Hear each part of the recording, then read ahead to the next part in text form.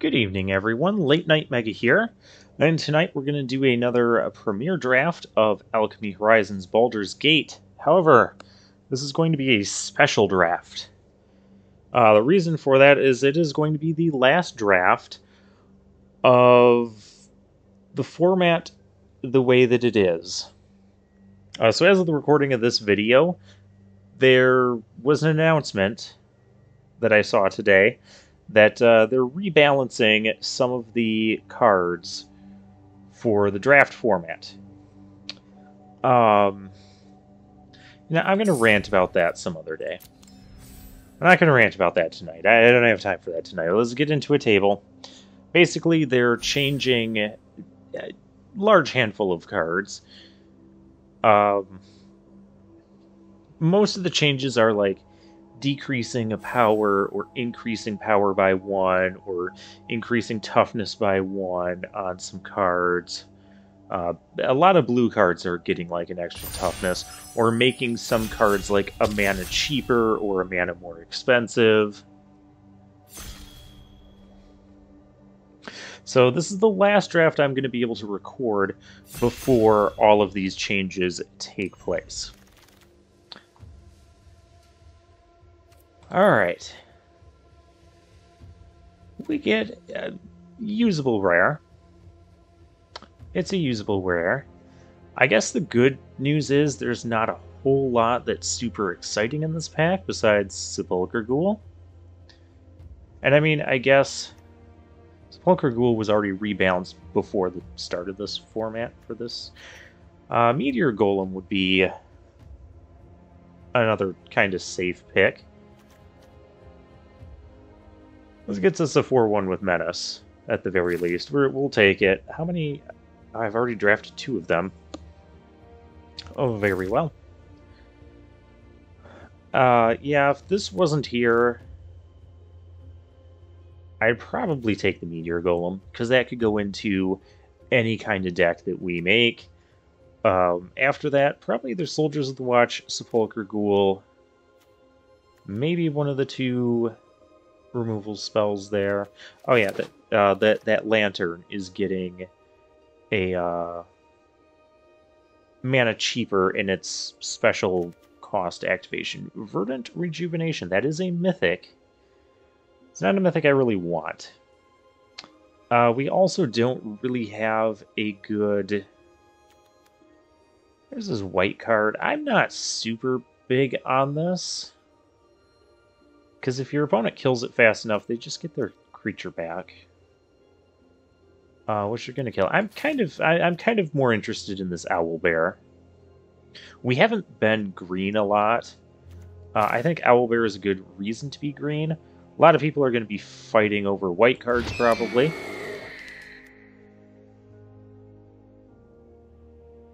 And here's a bunch of green cards. There's also a Steadfast Paladin here, but I don't think we need to take that. Lurking Roper. Emerald Dragon is not going to have Trample anymore. It's going to have Ward 2 instead, so I think that's going to get a bit better. There's the Green Gate. I'm pretty sure one of these green cards will probably come back to us. I'm going to take the Myconid, because I have not drafted that card yet. I don't see it very early or often. The Paladin would be decent, but like I said, we don't know if we're going to be white yet. And when we have good cards to take of one color, we haven't drafted any of these Lindworms yet. Let's take that. The other nice thing is, if we go like primary color green, we could end up splashing a whole bunch of colors. We've kind of been doing that in a couple of our recent drafts. I wouldn't mind those Paladins, but you know, that's just not really a thing that's happening right now. This whole pack is kind of not really a thing that's happening. What does this do? 5 damage to target creature with flying, or double power and toughness. That's decent enough, I think. We'll take it. I don't really want to go into any of these other colors for any of this stuff. If I'd been picking the white cards, the... Okay, well now we're going to start picking some white cards, I guess. The Disciples are decent. There's a lot of white 2-drops, so I'll take the Disciples over the Basilisk or Knoll Hunter. Black cards have apparently dried up, but green has not. Hill Giant Herd Gorger, that is a nice top-end sort of card to ramp into. I think here we'll take the Basilisk. So if we're going to be, like, we're kind of leaning towards, like, a green rampy plan. And so Basilisk is going to kind of be a 2-drop that we want. Hello? Green-white could totally be open. You hear something on watch. I mean, green-white might be open, but do I want that? I don't think we have any... I'm going to take hear something on watch. To take the removal. We need the removal. We started with an altar. That's apparently not happening. Guardian Naga's a fine card to ramp into. We've got kind of our top end going. I like this. We've taken primarily a lot of green cards and a few white cards. We still might not be white. Like, I'm not super excited to be white for any of these cards in particular. Where's that one pack with all the green cards? That should be... Wasn't that this pack? It was. It was the pick 3. Darn. I'll take a Hook Horror. Because we could always go back to being black. I mean, I'll take the Dragon of Rampiness. If we're desperate for removal, I could do that. We're not desperate for a Bag of Holding, that is for sure. We get a Junk Rare. So we're not taking that. We don't really need more top-end green cards. So I don't know what we're going to do here. I almost feel like we could start taking blue cards. The Juvenile Mist Dragon.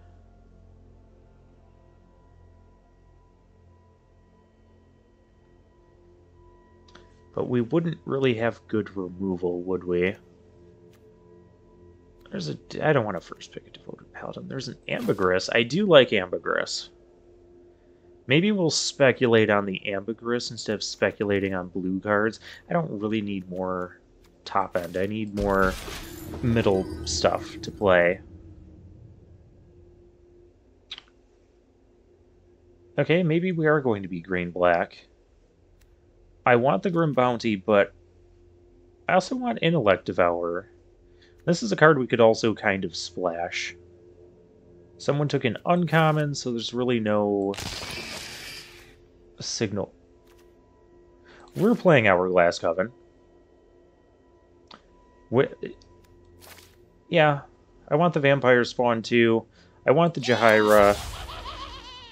But there's no way this makes the deck anymore.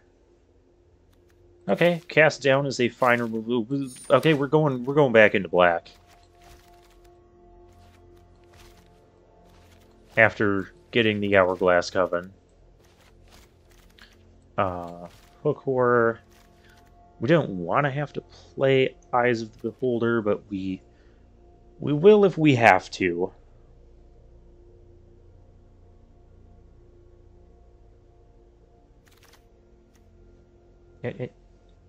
Vampire Spawn. I'm gonna take that over the Pilgrim's Eye. There's Breath Weapon as well. I like Vampire Spawn. It's a nice kind of like stabilizing sort of card. Alright, we have a Saravok the Usurper. Which, it's a good card. It's decent enough. Especially, like, later on in the game, when you can really pump something up. And pumping up, like, an owlbear can be really good, too.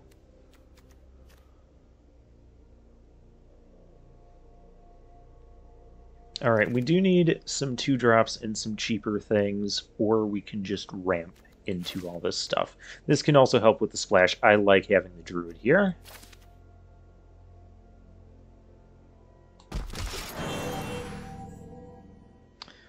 Alright, we line up the shot, or armor of shadows. We could use a cheap trick. It's either that or line up the shot, but I'll take the cheap trick.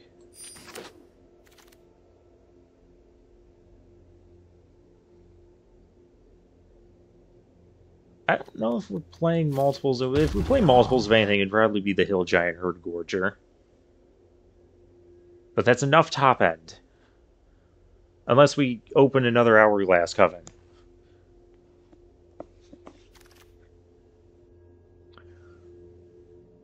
If we're desperate for lowering our curve, I guess.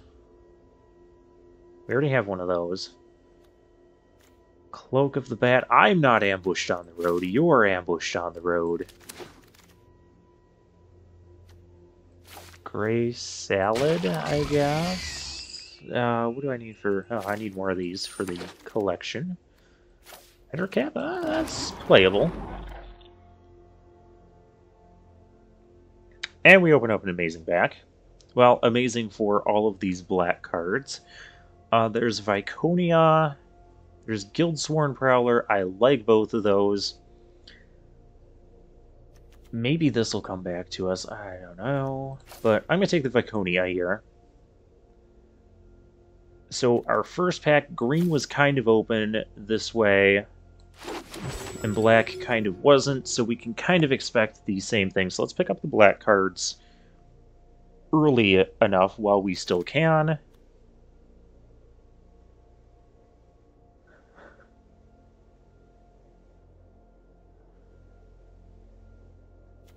I want this. I can't splash it in this deck, but I want it. But we got to be maybe somewhat responsible here. We need 2 drops, so Jahaira it is. I want the Vampire Spawn, but that's not happening. I wouldn't mind picking up a Summon Undead with all of these,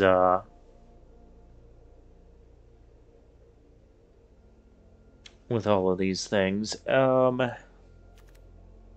Black Dragon, I guess.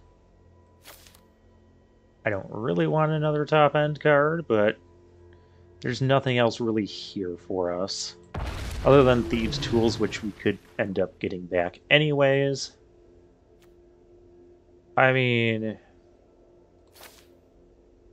it's a cheap card, and we are kind of desperate for some of those. We're kind of desperate for some removal, too. Where's all the green stuff that's supposed to be in these packs?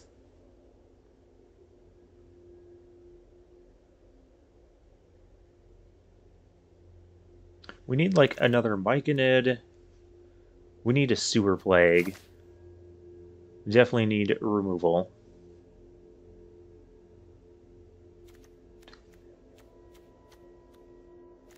There's, like, a small chance we could get the rare back, but not really likely. But a Sewer Plague is definitely the pick here. I did say I wanted Summon Undead.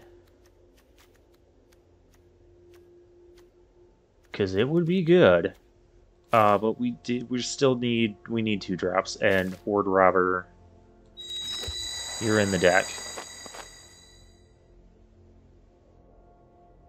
Because goodness knows we're not getting that Prowler back.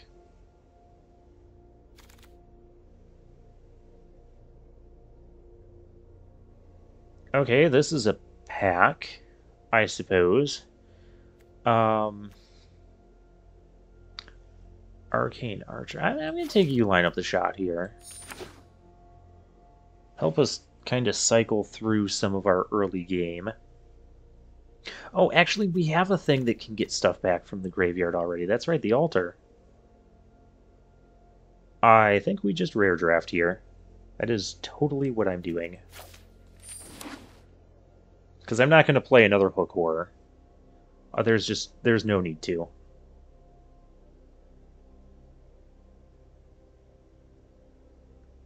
There's really no need to play some of the stuff that we're playing. Hey, we did get the black-green thing back. Yep, that's the pick.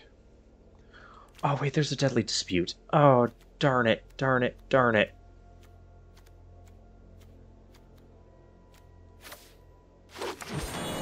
We took the thing. Summon undead.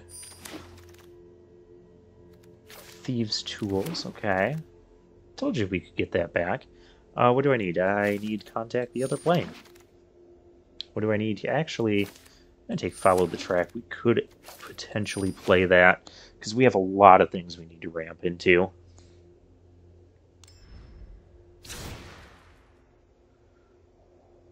Okay. So our deck is a bit top-heavy. We need to make it a little bit less top-heavy.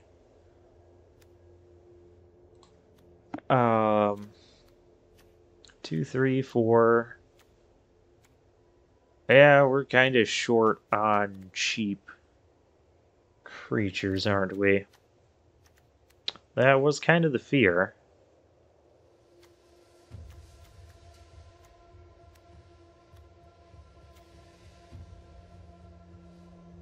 I think Saravak is going to be kind of not great in this deck.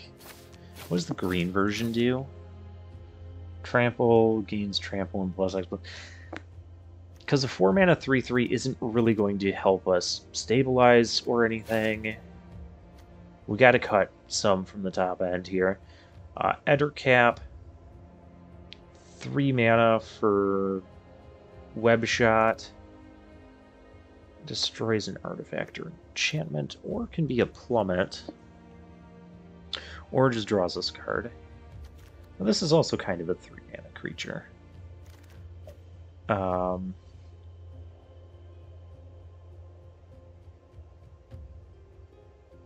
What is our creature count at? 18. We have a lot of creatures, it's just a lot of them are top-end creatures.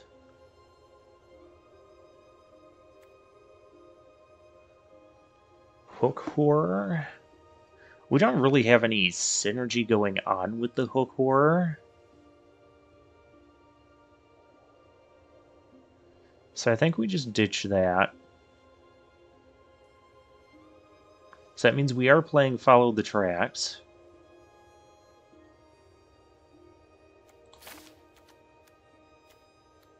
There's a lot of top end. Do we have... I mean, Saravak.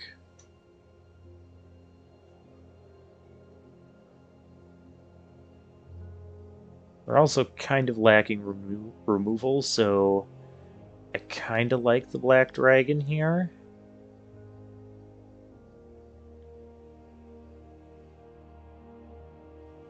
Definitely playing 17 lands.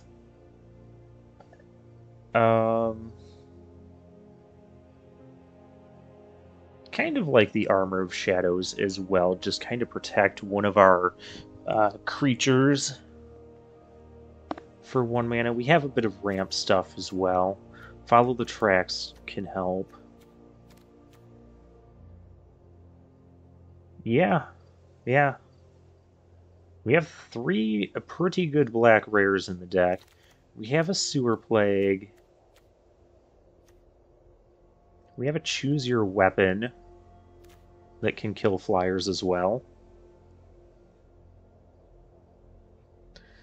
The other consideration I could make would be like Thieves' Tools over one of these cards. Just to kind of help us get some of the ramp going. Let's run the deck like this. And obviously that no, you're in the deck. You need to become. There we go. Yeah, we're doing Hourglass Coven again, but this time it's black-green. We'll see how well this works out.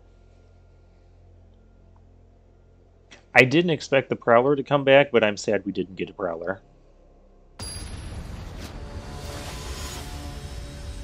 Um, that's kind of my reaction to some of this. Really? This is how we're starting, huh? We have a lot of black 2-drops. This could be like a huge mistake. Punch that fish. This deck is mocking me now. Speaking of the Prowler. Okay, okay. That is enough. If you're gonna draw more lands, give me the forest. We're up against the blue-black.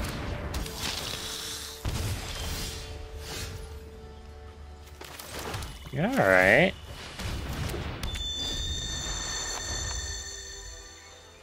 I can go Horde. Horde Robber plus the Lindworm can work nicely, because they're going to want to block it. I have no reason not to block this, really. Brave choice. Yeah, our opponent is kind of ahead of us here. And apparently, Arena thinks we're playing mono black.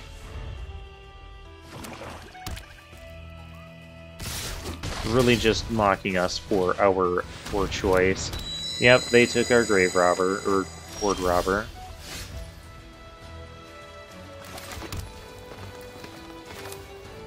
Oh, how about that? I can play something. They're gonna kill it. Charm Sleep. Okay. Yeah, I mean, they've almost got us dead here. If they have a counter spell... we're pretty much just doomed.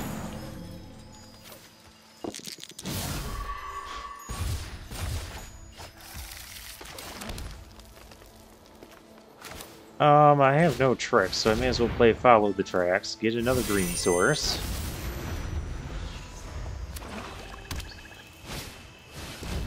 Yep, that's game. They had removal in all the right places, and we had an awful hand. Well, speaking of, like, Follow the Tracks and that, was there anything we could splash? This is kind of a weird draft, because, like, all the cheap cards got eaten up very quickly. Like, I could splash Ambergris?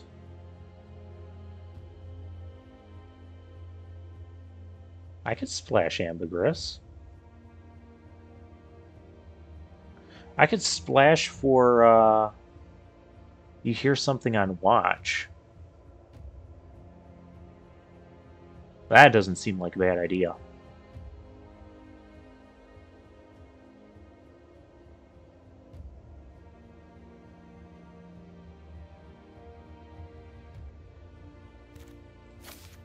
That doesn't seem like a bad idea at all. Make sure we add a plains to the deck. We're going to do that right now before things get silly. So we have 1, 2, 3, 4 sources for that. Gonna cut a swamp.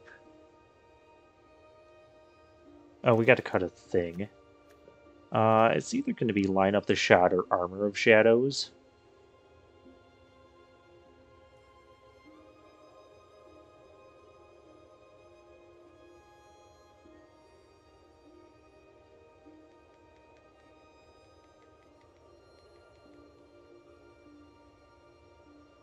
Could also be Choose Your Weapon.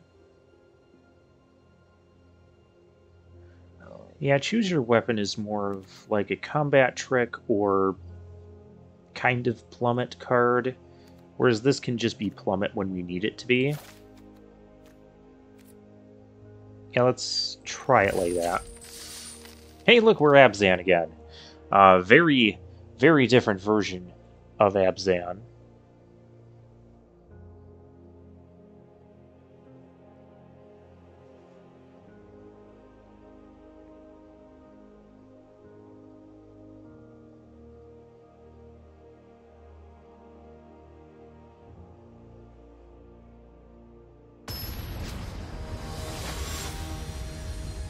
Alright, the tea machine.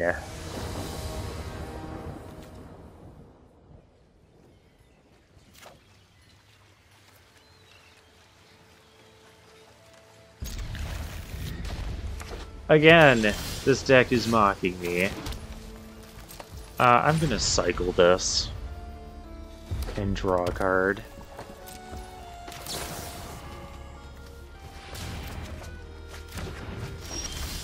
Alright. I have something we can play. We're gonna get a... We'll get our first black source.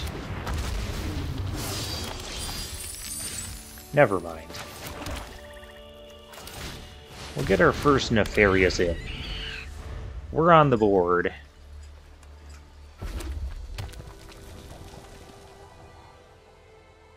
I mean, opponent could attack and give this double strike. I won't block it if they do that. Ambiguous. I'll block that. Oh, no way, they're going to give that double strike.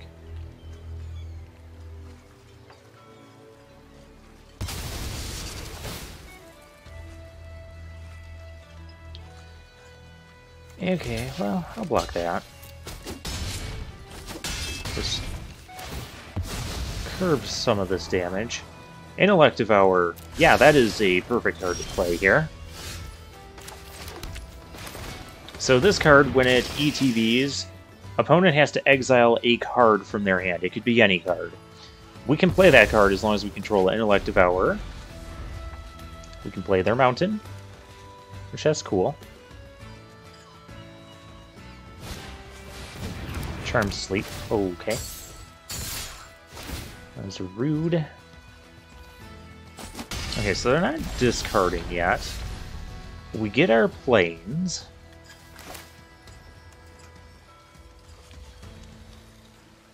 I kind of want to play the planes and follow the tracks. And then we can play the Herd Gorger. I'm not as concerned about playing the for this turn. Let's follow the tracks. Let's get our second black source. And we'll pass the turn.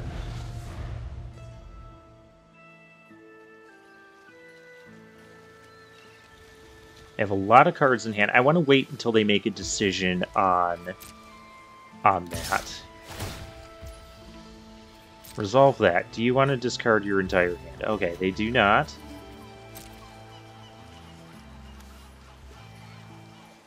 I have no blockers. Okay, let's kill this thing. They could have a counter spell, which would be fine, but okay. Ambiguous is gone. We'll play their land next. Clever Conjurer. That does not really concern me. I am 4 colors. Already happy with my removal splash there. Alright, what do they have? They might have Air Elemental? No, they have a Dragon. Okay. Have a Dragon. Well, let's go attacking. This is a 3-turn clock.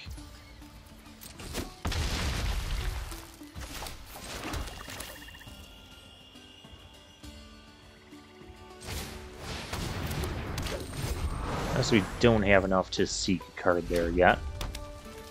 We will next turn, though. Although I'll probably attack with the Kagha here. And since they couldn't deal with this last turn, unless they top-decked an answer, I'm guessing they can't deal with it again this turn.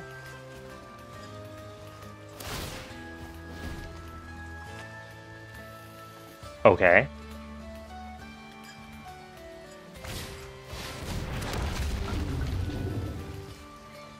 Little bit rude. No, don't deal with it. Dragon's Fire is rude. Okay, if we attack here, we lose. As far as this board is concerned right now. Okay. we gotta seek a little bit better. There we go. Because we need a card to help us here. Myconid. Alright. We're not dead next turn. I wouldn't even mind trading here. Let's kill the, yeah, the actual.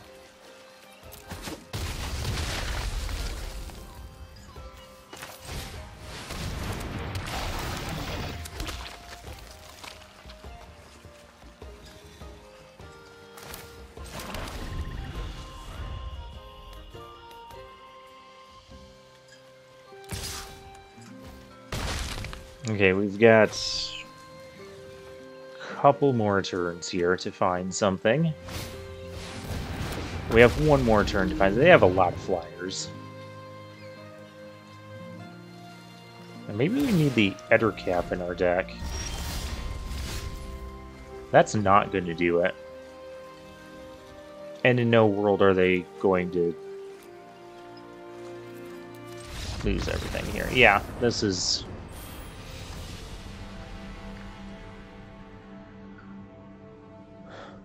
Maybe we do need Ettercap in our deck. I don't feel like this should be an 0-2 sort of deck. Once again, the Armor of Shadow is just not cutting it.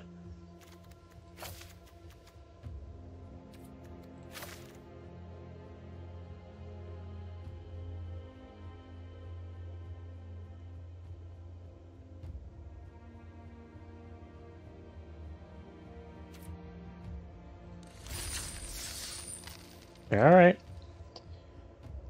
Let's try this again.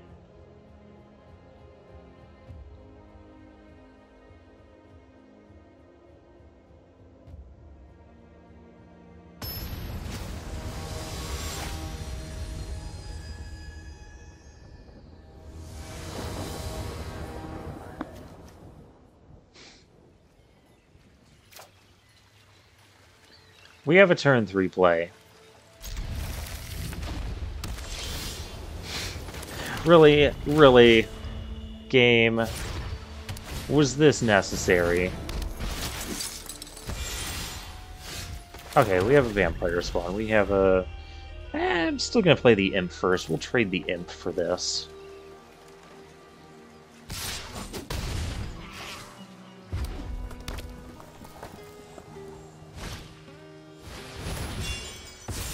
Yuck.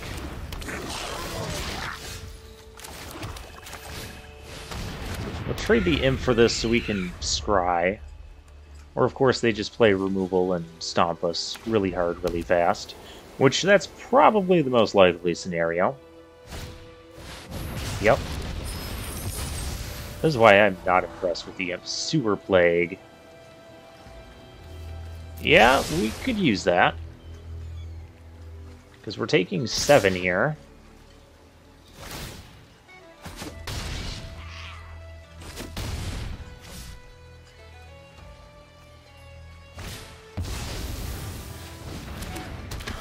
Oh my gosh.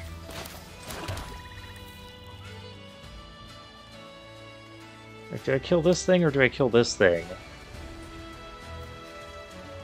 If I kill this, I take another 7. Or I let them have a double team. Either way, it's awful. But I don't want to take another... I'm taking 5 instead of 7. These games were not good. Haven't won a single game.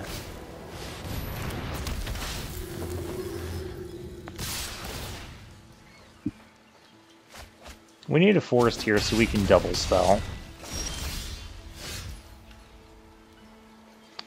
We play this, we still swing all out, and we're still dead. That was so disappointing.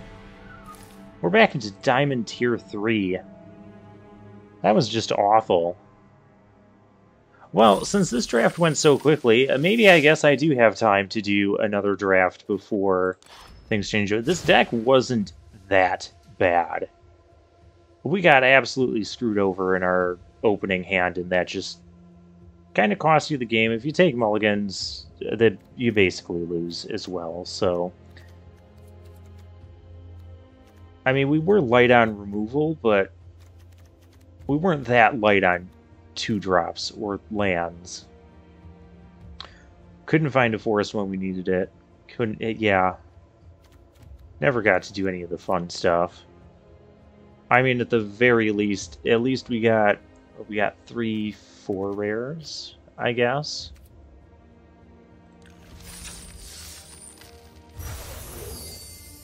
That was as disappointing as that could be.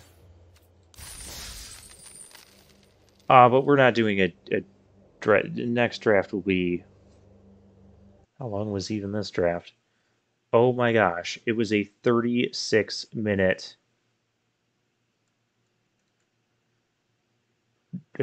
I can't do a 36-minute draft, can I? I'll decide. Alright, since that draft was so horrible, this actually gives me time to go over some of the rebalancing changes.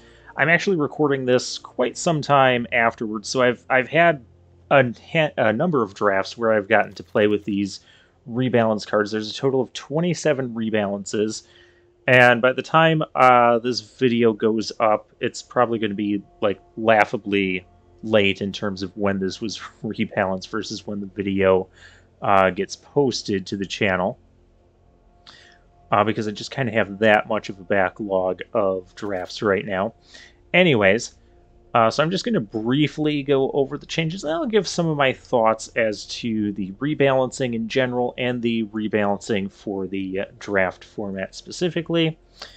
So I've categorized these. These cards got an additional point of power.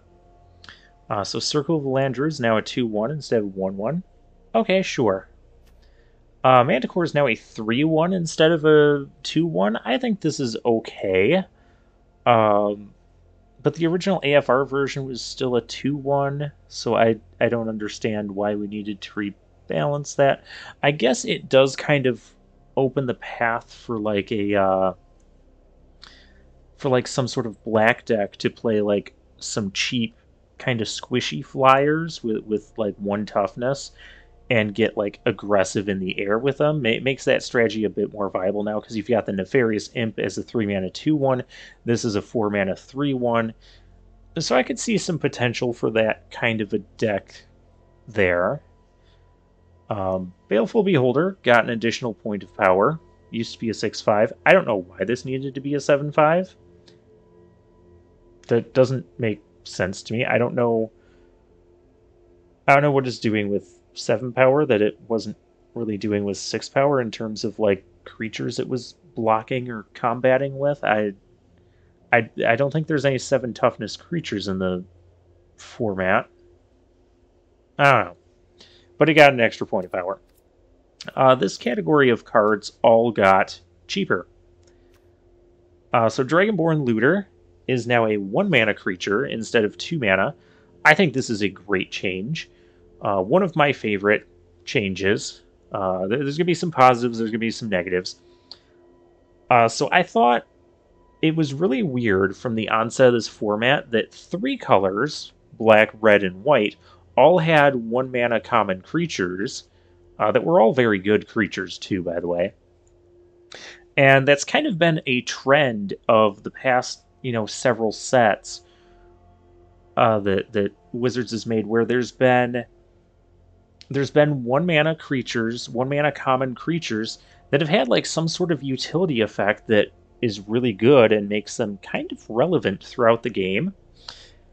And so I'm really glad Dragonborn Looter now kind of fits into that category. Looting can always help you get out of like a mana flood, dig to specific answers, dig to better cards, things like that. And it's a dragon synergies. But yeah, we've seen this in the past few standard sets, like Expendable Lackey. Crimson Vow had the Traveling Minister, the Skeleton thing, It had the what was the 1 mana? What the did I say Traveling Minister? It had the Lantern Bearer in blue. Uh, Neon Dynasty. You had the Network Disruptor. You had the Fang of Shigeki. But it's kind of been like a cycle where you have these 1 mana creatures. So it was really weird to me that both blue and green didn't have a 1 mana common creature in this set. Now at least blue does. Goggles of Night. The equip cost is 1 mana cheaper. Sure. Sigil of Merkle. This card is now a 2 mana enchantment instead of a 3 mana enchantment. I mean, I don't know that you're necessarily going to want to play this on turn 2 instead of a creature. Unless you desperately want to get milling sooner, I don't know. Split the Spoils is now 2 mana instead of 3 mana. Which I guess is fine. It makes it easier it's a later game card to begin with, but I guess it makes it easier to play this and then play something you get back with it in the same turn. So, sure.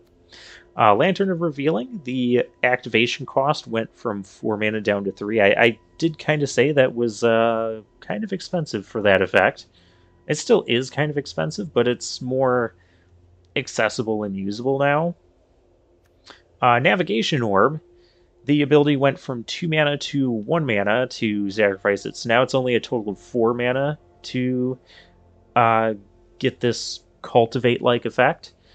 And remember saying in some of the drafts that, I think it should just be 1 mana to activate and sack, and it would be so much better. So this is one of the changes that I really like. Eyes of the Beholder went from a 6 mana card down to a 5 mana card, so it's more playable now. 5 mana to remove a creature is still kind of expensive for limited, especially given how limited has changed in recent years. But 5 mana is still much better to use it for a removal spell than 6 mana. I'm happy with this change. And then we have the Dragon Orbs. This one's grayed out because I actually have not drafted any yet. These now each add 1 mana of any color. Remember I was saying that, it'd be great if this could just fix my mana instead of just accelerate me by only adding the color that I already have to cast it. Well, now it does. So that's really cool. And then this column of cards is creatures that gained an additional point of toughness. And they're all blue cards. How about that? Or 2 points of toughness in the case of this Artificer. It used to be a 1/1, now it's a 1/3. Pseudo Dragon Familiar, now a 2/2, so it doesn't just die to like the sacrificing of Shambling Ghast. So I guess there's that. And it can also like block 1-power creatures that might have otherwise been swinging in, like the Warcaller or the Unicorn. This also gained an additional point of toughness.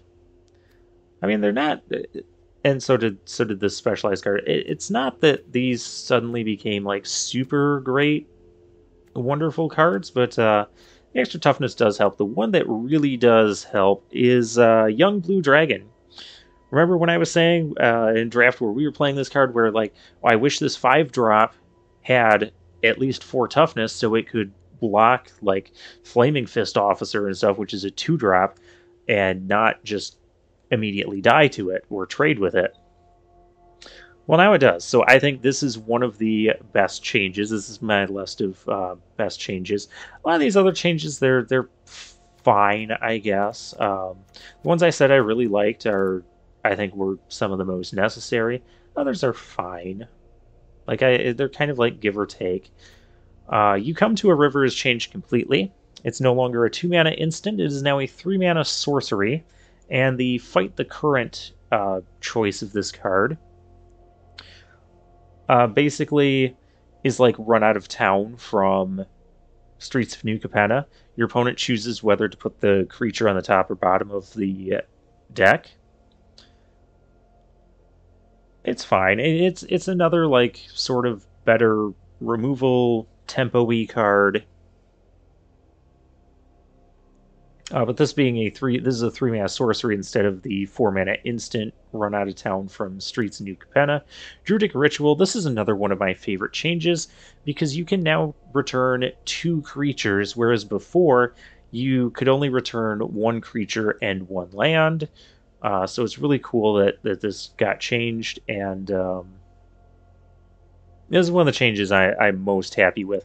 Not one that I think I might have like hinted that I wished for that at some point in the earlier drafts, but it is something I agree with. And being able to bring back 2 creatures later in the game is really good with 1 card.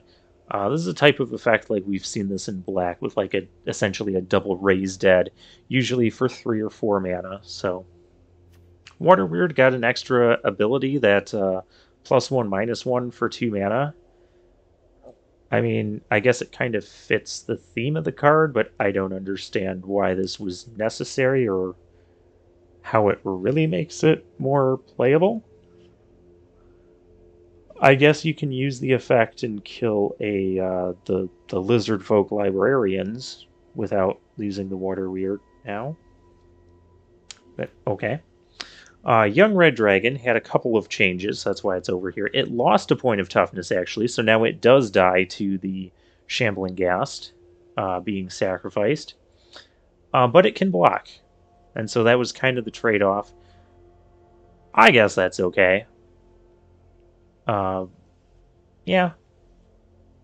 I'm okay with that change. I was okay with it when it couldn't block, but it was pretty bad when it couldn't block. Now it's just kind of an okay card. Monster Manual, I don't know what changed with it. I think it's that adventure side got cheaper, I guess. This is like the only rare that has changed. I don't use this card anyways. So whatever.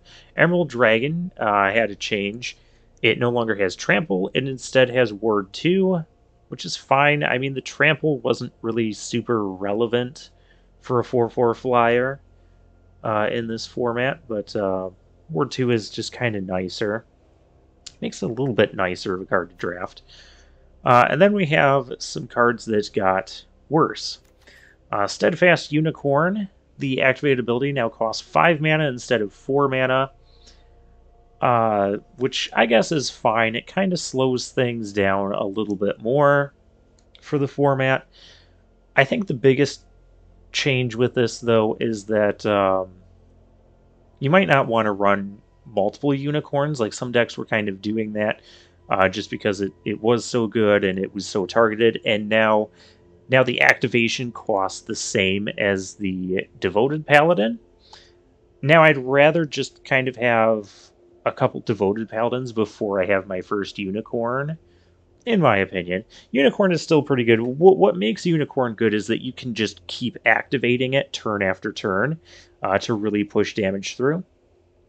But the biggest change about making this from 3 to 4 mana, or from 4 mana to 5 mana, excuse me, is that the double activation in a single turn, which is usually like very game-winning or back-breaking, very difficult for your opponent to stop or play around or play against, that now costs 10 mana instead of 8 mana, which 8 mana could reasonably happen in games that go a little bit longer. 10 mana, less likely to happen. It still does, but not as much as 8, and I think that's where the biggest difference shift in the mana cost will be felt in the double activation. I'm okay with this change overall. Blessed Hippogriff.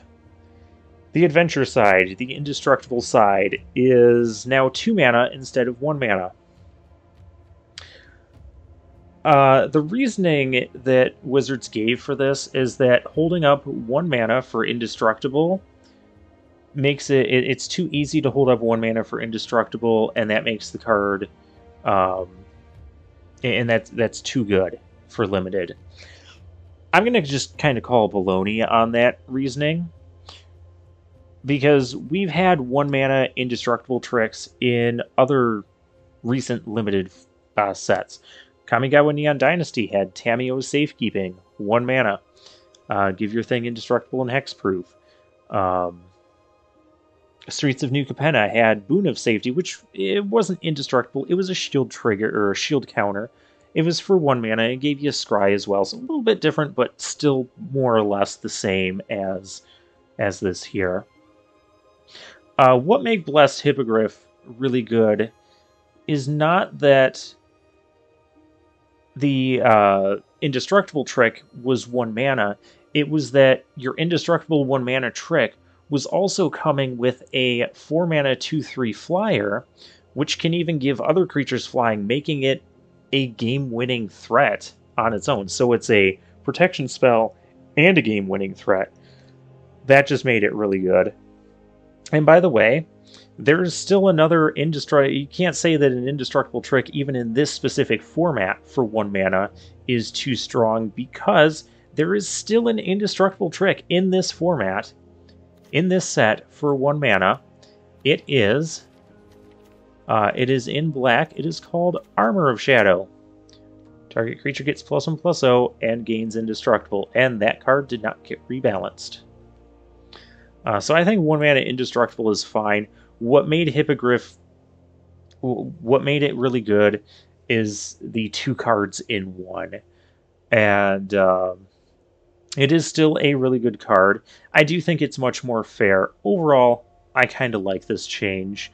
I think it's more fair when you have such a strong card, both halves being really good, to kind of bump up the mana cost of the indestructible side by 1.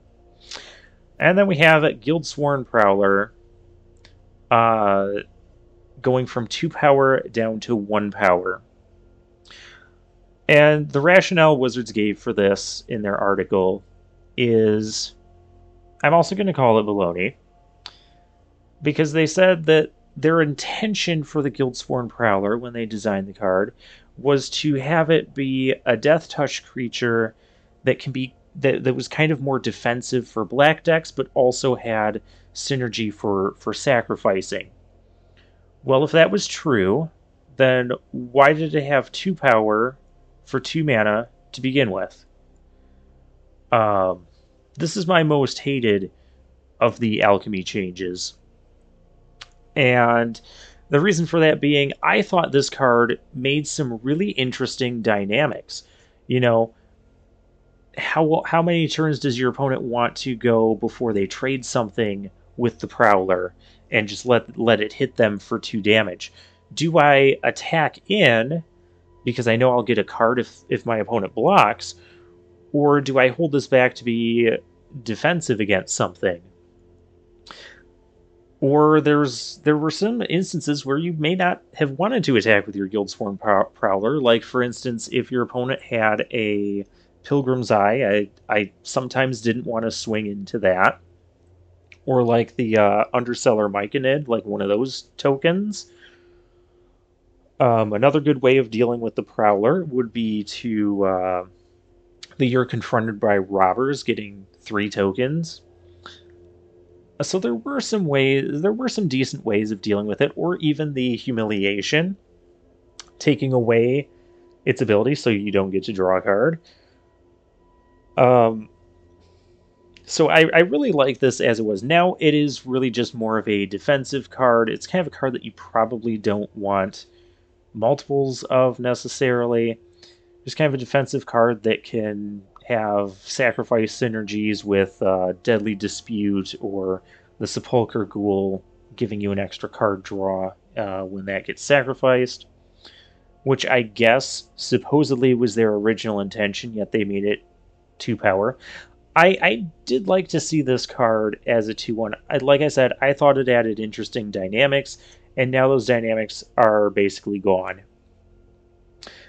And this is kind of what I don't like about rebalancing stuff. Like, okay, maybe Wizards made some mistakes in some of these cards. Maybe they should have been designed a bit differently.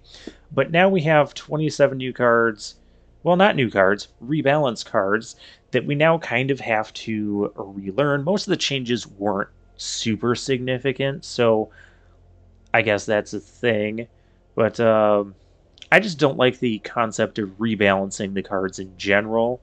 That's my biggest complaint about the Alchemy set, is like you learn these cards for like even the standard format, and then the Alchemy just rebalances or nerfs them.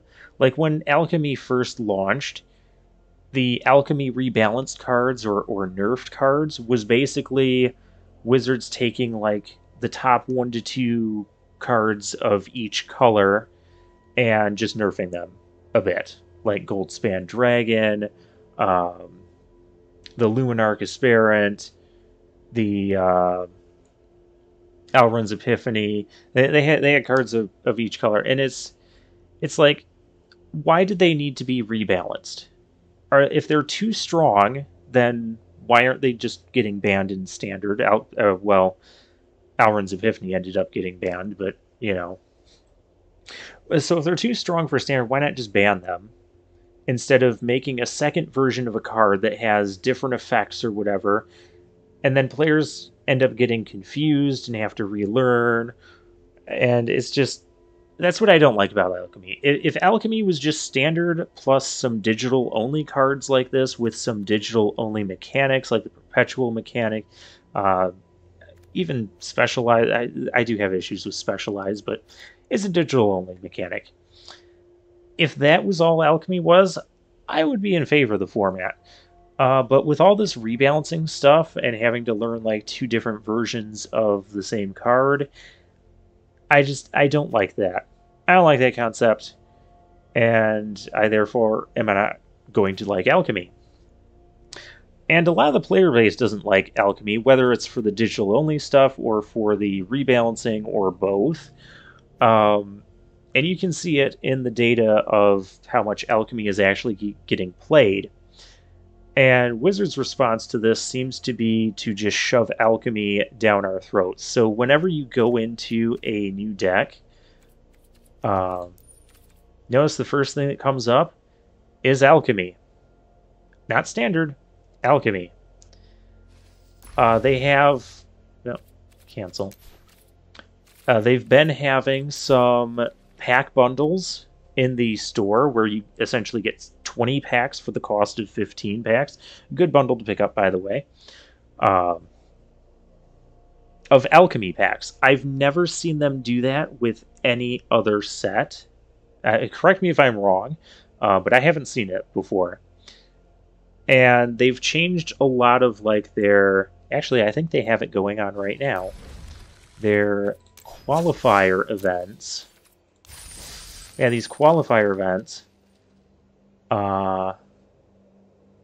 is Alchemy. And says, so anywhere they had standard in these sort of higher arena tournaments, it's now been replaced with Alchemy.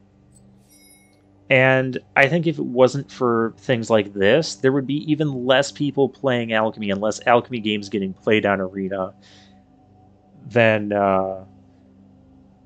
if the players were just left up to decide what they want. Like, I've never seen a company push so much, push a product so much that their player base actively rejects.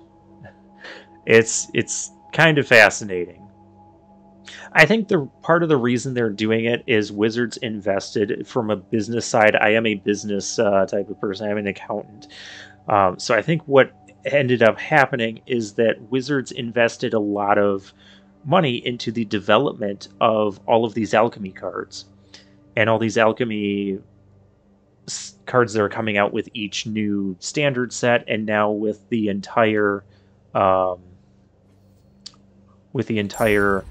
Baldur's Gate Alchemy Horizons.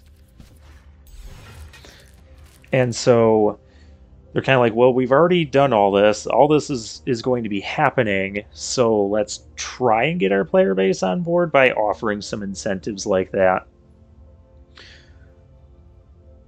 Yeah, it's a little bit cringy to watch, but I don't know how far ahead they've developed Alchemy cards. So I don't think if they're going to be getting rid of Alchemy, I don't think it's going to be anytime soon. So yeah, it'll just be more of the player base rejecting it while they keep trying to push it. I think Alchemy could be good, but I think some of the rebalancing is just kind of a joke, in my opinion. Some of the reasons for the rebalancing, just Alchemy in general, not just the ones we looked at today. And yeah, that's why I don't like Alchemy. I do like the concept of the digital only mechanics. Like if they got rid of all the rebalancing stuff and just had Alchemy being standard plus digital only cards with digital only mechanics, I'd be all for it. I'd be supporting of that because then it just kind of becomes a bonus. But this whole rebalancing is kind of like because also what ends up happening is players will spend a bunch of mythic and rare wild cards on decks for Alchemy, and then their cards get rebalanced. So they can still, quote, technically be used in Alchemy, but they're worse off and their deck is not optimal anymore, and now they can't really play that deck that they were playing because it got nerfed too much by the rebalances compared to other decks in the format. And then there's also the portion of the player base that hates the fact that Historic now has all of the rebalances, when Historic did not really need the cards to be rebalanced, the standard cards that got rebalanced to be rebalanced. And so that to me is just why Alchemy is a joke. But anyways, I think I've been rambling on this topic long enough. So stay tuned for more drafts with the rebalanced cards coming up. I've already done a bunch.